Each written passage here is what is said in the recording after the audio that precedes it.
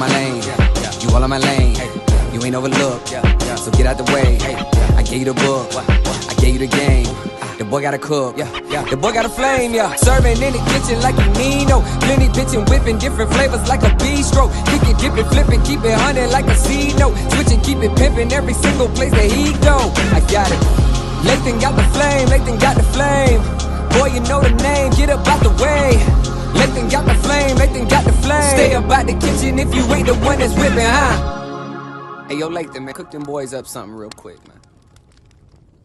What's going on, Bistro family, and welcome back to my channel. Now today we got the most amazing ceviche. So the first thing you want to do is get you some shrimp.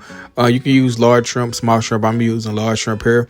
And what we're going to do is we're going to poach the shrimp in some salted water, and you're just going to pop the shrimp in some boiling salted water for about 2 minutes until it becomes opaque.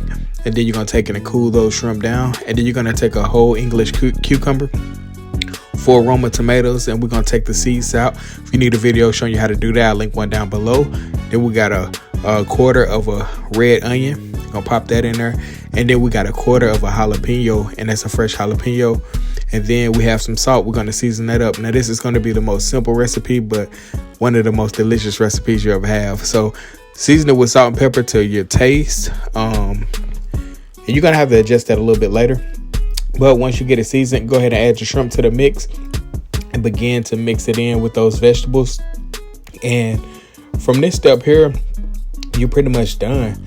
Only thing you left to do is take your limes, and we got 4 whole limes that we're going to juice in here and 1 lemon. So that's 4 whole limes and 1 lemon to all those ingredients that I just gave you.